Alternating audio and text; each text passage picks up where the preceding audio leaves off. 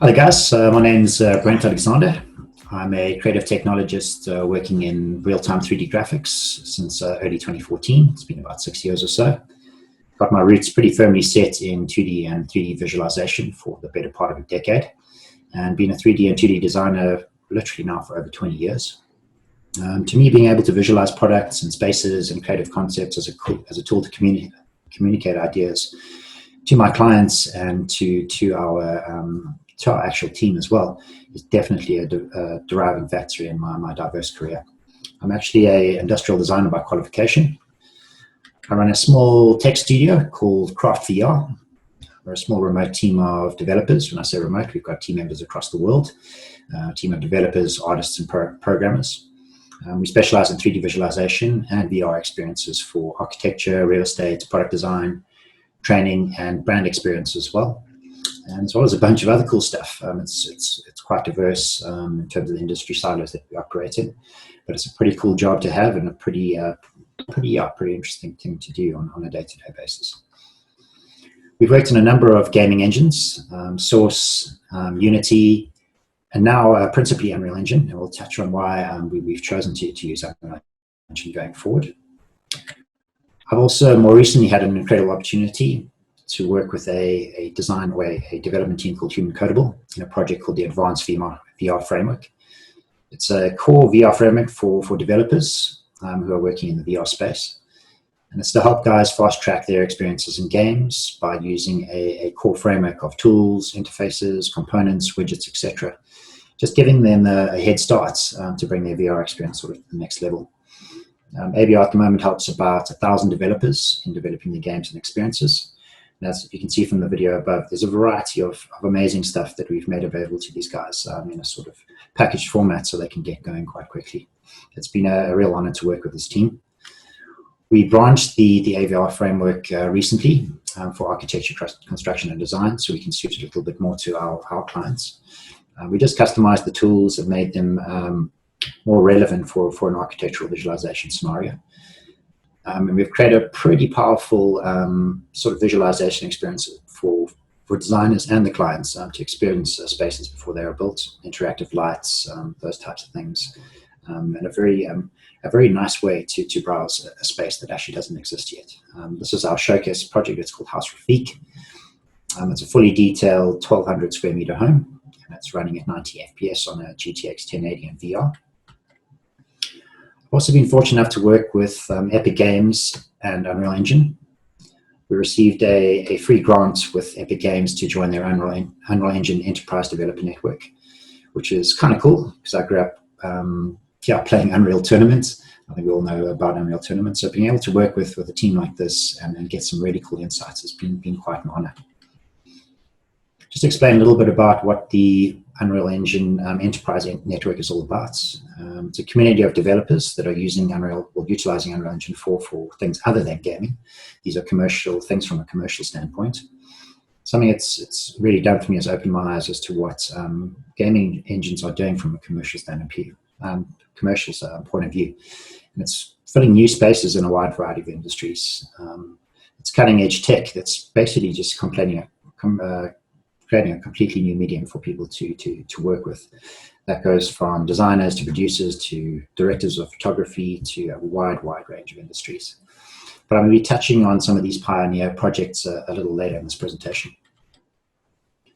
Our dive today is into the impact of gaming engines and the role they play in disrupting and transforming the industries that we're going to chat about, specifically with commercial applications other than gaming.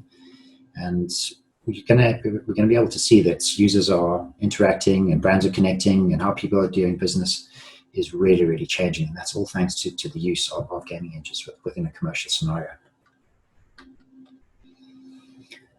Not only are they having profound effects on industries through disruption, but they're pushing literally a new area of personal computing. Tech giants like Apple, Google, and Facebook are investing billions of dollars in this next wave. And I'm going to be touching on what this next wave is going to be about a little bit later, all of which are powered using gaming technology. I'm just going to touch on some of the industry silos that are being influenced by gaming engines in terms of applications that are being developed. A very prominent one is what we call ACE, Architecture, Construction, and Engineering. Education is going to be a big one that's coming forward, and we're going to chat about what the COVID-19 pandemic has had an impact on that as well. Automotive design, production, sales and training, film, VFX and digital studios. We're going to do a nice little dive into that as well and just see what's happening in that space. Lots happening there. Advertising, of course, that's all related to what we're doing with film and TV, etc. But what we're creating with TV commercials, user experiences and apps. E-commerce, of course, on how guys are buying products, and obviously web-based app development, being able to portray 3D products or 3D models in a web-based environment. Medicine is another sort of profound one. We're able to train doctors and stuff in simulated environments. Safety as well, being another one of simulated environments, we're able to simulate danger. That's a very, very important key in terms of where this is going. And of course, many, many more. There are hundreds of silos that are going to be touched in the coming years, and how sort of 3D applications and real-time rendering is going to do this. And that's going to put us on to why gaming engines? Why are guys using gaming engines in other industries other than gaming? And why are they having such a profound impact? And it's pretty easily summed up in 2 words. It's real-time rendering. And being able to sort of present 3D concepts and selling ideas and 3D video through this art form. I think the days of waiting for huge renders or long-time renders that take hours and hours for one static image or video, I think that's slowly coming to an end. 3D imagery for film and VFX, etc., are no longer going to rely on huge render farms. I think they're going to take a bit of a backseat in the coming future. And if I can say, I would say in the next decade they'll become completely obsolete. I think one of the big things that is changing this is the onset of RTX technology, NVIDIA's RTX technology, which is real-time ray tracing. That's happening on next generation GPUs like our RTX 30 series. They'll be coming out. The demo that I'm showing you here is showing how we're able to produce producing real-time photorealism. This is running in real time on the NVIDIA RTX 3090. It's running at 1440 and 60 frames per second. And it's pushing the capability of gaming engines even further. I mean, it's running the Omniverse engine, running dynamic shadows, dynamic lighting, dynamic global illumination, and ambient occlusion. There are 500 dynamic lights and over 1 million polygons in the scene, all running in real time. And this is literally going to show us what the future will hold in terms of gaming, of course, but the applications in commercial business are going to be huge. Producing 3D static renders have always taken a ton of time, taking hours and hours to produce these static renders, but that's all they are, they're static. By utilizing Unreal Engine, we're now able to create environments as we did before, but with the power of real-time rendering, we can expand upon 2D images and video renders. We now have entire interactive experiences and sort of unparalleled interaction tools, which were usually actually reserved for gaming, are now coming to the fore in these types of applications.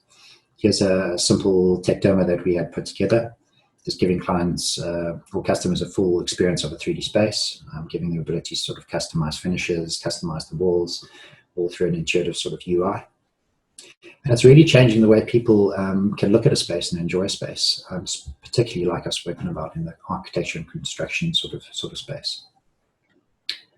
We're chatting about 3D renders and videos, producing those types of assets or marketing assets for clients and customers. But here's another example of our Refugee Showcase. As you can see here, this is a cinematic we produced. This is all running in real time on a GTX 1080, running at 60 FPS. And all we really did is we set up cameras within the engine, and yeah, just basically produced a very simple cinematic. It's designed to be pretty much photoreal, but bear in mind this is a VR experience as well, so some compromises needed to be made. But the visual fidelity that's being achieved here is absolutely amazing. And again, this is running in real time. The nice thing as well, if we do need 3D static renders, it's as simple as pushing a button for a screenshot, and we've got it. So this makes iterating for clients and people in the space a lot faster. Just a little fact about this project, we were able to get this design concept approved with the clients in just under a month, where something that would usually take about 2 to 3 months. And what makes this more crazy is we can package this project across a variety of platforms. That could be web and mobile, desktop, mobile VR, and of course, as you guys saw there, room scale VR. And this is where engines are taking things to the next levels, the ability to be able to package these types of experiences across a number of platforms. Experiences for brands is another big thing. We need to know that customers are no longer buying just products from brands, they're buying into experiences. And customer engagement for brands across the board is basically at the forefront of a successful brand. You need to be able to engage your customers. And clients are always looking for new ways to engage their consumers. We were recently approached by Volvo to create a unique way of presenting a road safety campaign. Their road safety campaign was called Stop, Look, Wave, and was about educating young children about the safety of crossing a road. And they needed to roll out this on a large scale. They needed a solution. So in a matter of 6 weeks, utilizing the engine, we were able to produce an immersive city environment with people and traffic and all those kinds of cool things to set the scene for the experience. And we're basically using assets that are already available to us through the Unreal Engine marketplace. And we just plugged in a sequential UI. And what we did was create an experience that was completely repeatable, completely cost-effective. It also mitigated real safety concerns if we did an actual on-site scenario of this type of training. We didn't have to endanger kids' lives or worry about safety on site. And the training was cost-effective. I mean, the guys were able to replicate this training over and over again using a gaming PC and an HTC Vive. We successfully put nearly 3,000 kids through the experience in just 3 days. It was quite a monumental experience and very, very well received from Volvo in Sweden. I'm pretty sure devs that are watching this link to this and smiling, wondering why we only use Unreal Engine. What about other engines like Unity and Source, etc.? I think for me, I guess it's a matter of personal preference. And I think most will agree, most engines have different pros and cons on why they want to use it.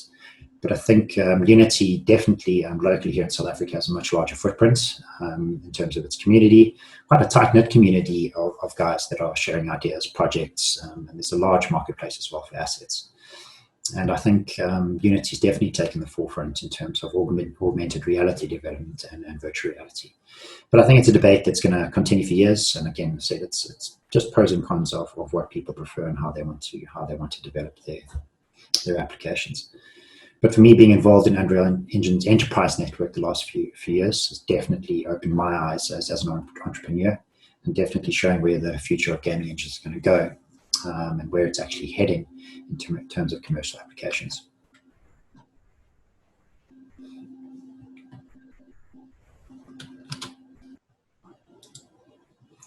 With the onset of RTX real-time ray tracing and the imminent launch of the RTX 30 series of GPUs, computing that power now available is going to change how studios are producing film and how television studios are actually going to produce their series, etc. I'm going to show you guys a couple of examples of that. Unreal Engine showcased their Reflections demo at GDC in 2018. This was in collaboration with ILMX Lab. And this demo is running in Engine, completely real-time. We're looking at real-time reflections, real-time global illumination, and ambient occlusion. It was done in partnership, of course, with ILMX Lab, the guys that are licensed, obviously producing all the Star Wars series. And as again I said, it's running in real time. Obviously, this is running on a quad SLI Titan X GPUs, which is quite a beast of a computer. But this is what was available in 2018. But as we're going to see, as the GTX 30 series is available to us, we're going to be seeing more and more of this sort of fidelity in terms of what's available. But it's quite hard to actually imagine that this is all produced in real time. The latest iteration of this is using LED screen walls, and obviously there's Jon Favreau. And through ILMX Lab, the guys have been producing the Mandalorian on a completely virtual set, which is absolutely unprecedented in terms of how it's actually done. Utilizes a 40-foot LED screen wall, which actually projects the lighting and the whatever else onto the actors themselves. So we're actually getting the lighting from the screens as well. It's an incredible evolution in terms of what this is doing for real-time production. And if you have watched the Mandalorian series, it's very difficult to understand that a lot of this has been shot in virtual. And there's an interesting thing to note, and what the director of photography and animation supervisor are talking about, is they can literally shoot at noon for the whole day. They don't have to worry about on-site locations in terms of what the lighting is doing. So they shoot for 10 hours at noon, and they set it up. So all the environments in the Mandalorian are created in Unreal Engine. And each day they will swap them out, and they can literally swap out an entire location within 24 hours and put the actors into a new location. And what Epik and Unreal Engine done in this case is definitely transform the entire way people are actually going to do this into the future. If you guys haven't checked it out, do some research and check out some of the deep dives into what this virtual set technology is about. It's not only big studios and giant corporations that are producing this stuff. This movie called Alovar and the Legend of Markor. This is a movie that is entirely created with Unreal Engine, and it was only created with a team of 15 people, which is quite something to see. I mean, this is a full-length feature film that was designed completely in Engine, using assets that are available from the Unreal Engine marketplace. Just goes to show what can be done with the technology at this stage. Zafari was another one. This is a TV series that's created in Unreal Engine as well. Very small team as well. The guys are actually able to produce one episode a week due to how streamlined it is, running through the environment of a game engine. Being able to place lights and cameras, etc., is just it's on another level. And of course, we're not waiting on render farms to push out the 3D rendered footage. I'm just going to chat as we see on the screen here. You see him, Elder Dragon, crashing the LoL World Champs in 2017. It's using Unreal Engine and an offshoot called Reality Engine. We are seeing the mix of reality and 3D content fast becoming the mainstream of video production pipelines. And I think VFX is definitely carving the way for real-time rendering and the commercial use of gaming engines other than gaming. I don't think we even scratched the tip of the iceberg in terms of what other use cases exists and could be coming in the future. But we'll touch on these. The roads and safety training via VR are becoming quite commonplace. Here we're looking at where we can simulate dangerous environments without jeopardizing the safety of people. In this use case, there's now even a development of an actual fire suit that mimics the heat in the virtual environment. So it creates a sort of unparalleled sense of immersion and danger. And you'll see these firefighters are now able to train on how to approach fires and approach certain situations without actually being in danger. I think, again, we spoke about education and situational training as well. In this tech demo, situational training is quite an important thing in terms of examples of an emergency situation. So trainee doctors and nurses can be placed in a simulated sort of stressful situation, and they can literally be tested on how they've handled the situation. This has profound impacts on providing sort of safe simulated environments rather than a real situation where a person's life could be at stake. And I think it's incredibly important that we understand how this works and how it's been done. I think product development and sales is going to be another huge thing on how people present information and how products are actually sold. And this is already, and companies are already converting their digital sales pipelines to 3D product configurators. This is something we did for a company called G-Code. It's a sort of drone configurator where customers are able to take a look at the drone and customize the drone before they actually purchase it. Quite a simple iteration of this was just basically just changing colors and choosing how the drone actually looks like. So giving the guys an opportunity to customize their product before they actually buy it. Seeing sort of a next level of how we engage customers going forward. Take a look at another example here by Cube. Cube created this experience. I think this experience is actually running in Unity. It's a bike configurator that you can take a look at, customizing your race bike for actually purchasing the bike itself. Again, giving customers an unparalleled sort of advantage here, in terms of being able to see what it is they're actually purchasing and give their own sort of take on how to do it before they actually order it. And we're going to be seeing this more and more and more. Mercedes-Benz is actually now looking at decommissioning a lot of their retail floor space and going to be relying on technology like this to display products and give customers the opportunity to, I wouldn't say test drive the products just yet, but at least have a look at all the options. An exciting part as well is collaborative engineering projects. This was a tech demo for Airbus with engineers that are experimenting with collaborative VR, being able to put engineers into one space and inspect pretty much critical design issues before things go into production, and specifically on such a fine sort of line in terms of aircraft safety. This is slowly going to become sort of the forefront of how engineers will collaborate in design production. This was a very basic tech demo running in the product collaborator or product VR collaborator by Unreal Engine. Basically a standard template that guys can import their CAD data into and sort of look around and inspect objects. This is using real-time rendering, and it's imported through a CAD program like Solid Edge or SolidWorks. And the ability for Unreal to handle this amount of polys in VR is quite something.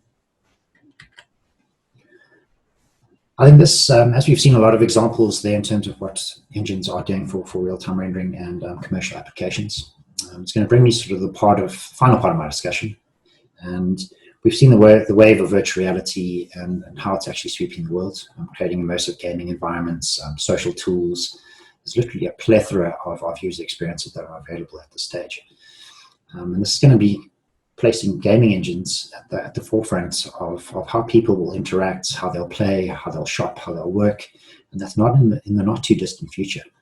And I think what's accelerated this sort of drive to create new platforms where people can interact and do business and meet each other is COVID-19. And I think COVID-19 has completely accelerated the push with the global pandemic, because it's pushed society to look at new ways of being connected with remote collaboration. And we can look at this as an example with what Reed's doing with the business of gaming, is connecting people via things like Teams and Zoom. So it sets the stage literally for a new digital revolution. And it's going to change how people and businesses and students, etc., or children, and how they're actually going to be educated. And there's a huge push at the moment for some of our big tech giants on looking at how we can sort of approach this and what's the next sort of step. One, of course, being Facebook with their imminent launch of their, well, basically they've just released their beta for Facebook Horizons. This is going to give the world a bit of a peek, or should I say the world at large, into a peek of what the evolution of social networking is going to be. And with Facebook acquiring Oculus early in 2014 for about $3 billion, they've been pouring millions and millions of dollars into VR hardware to basically make it cheaper and more accessible to the world at large.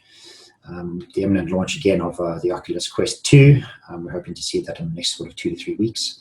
It's already cheaper than the current Oculus Quest, and it's going to be easily available to the masses. And it's about putting the masses into these new platforms, giving people a new way to connect. It doesn't stop there. Holdspace VR, it's a very popular VR social network. It's also a very popular way of people sort of promoting events and people actually visiting events, things like comedy shows, seminars, that type of stuff. It's a VR social platform that actually absolutely buzzes. This was acquired by Microsoft about 3 years ago, and they're pushing huge amounts of money into it to get this platform going. Yeah. I actually took a screenshot earlier today just about how many events are actually taking place within Holdspace VR, and they're from a number of different platforms. And yeah, their events go all day, every day, with a number of people just attending these events and enjoying different speakers. Just going to show about where we are heading in terms of new network connectivity. A big one which has recently been used as well as Apple. Apple will be venturing into the VR space. We're not sure what Apple's actually going to be doing in terms of hardware, but they recently acquired NextVR, and we'll chat shortly about NextVR, and another very popular social platform called Spaces. Spaces had a hugely successful Kickstarter sort of funding thing, about $20 million. And that was also about creating spaces where people can meet and visit places together, utilizing the use of 360 video. 360 video still has a huge part to play in terms of how VR is accessed. NextVR being one of the most profound ones, I would say. And basically what NextVR is doing is basically selling tickets, or selling digital tickets to events that happen all across the world. Now, this could be NBA games, it could be live concerts, it could be all types of different things. And just via your VR headset, you're able to be placed into a seat within the actual environment and witness these things. Now, think about that. This means that you're actually able to book a seat at one of your favorite events, and you're just sitting at your couch at home. Get your buddies involved, and wherever else, you actually don't even have to leave it. There's a very important example. What NextVR did, they're placing their 360 camera technology on the sides of the rings. Obviously, the big monster truck events, which is a big thing in the States as well, the NBA. So you're able to now, in a sort of 360 panorama video, go and visit some of these events and pay for tickets. So what that means for event promoters is they're able to sell that same seat millions and millions of times to different people, which is going to change the face of how events are going to be sort of previewed in the VR space. Hence why Apple has jumped on the bandwagon here and acquired NextVR, and obviously it's trying to link this to spaces as well. Another example of this was Fortnite. Recently, it was in February 2020, just as we were heading into the COVID-19 lockdowns, etc. They had Marshmello, which is quite a prominent DJ. I don't know who he is. He might be a little bit below my age group. But the point was, within a gaming environment, they were able to get 10.7 million users to watch this live event. And that was all in one day on February the 2nd, 2020. 10.7 million users, all using a gaming platform or a gaming engine to connect with each other, which is absolutely unprecedented.